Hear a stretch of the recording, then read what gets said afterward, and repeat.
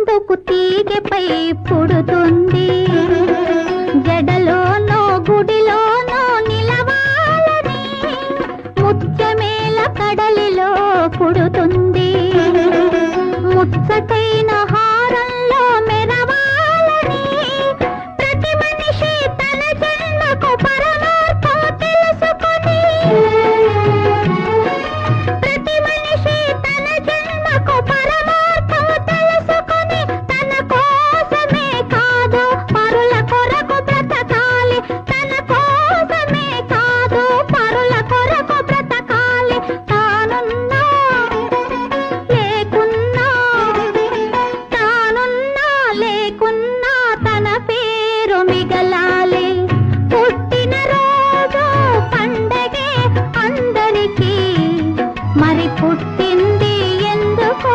తెలిసేది ఎందరికీ ఎందరికీ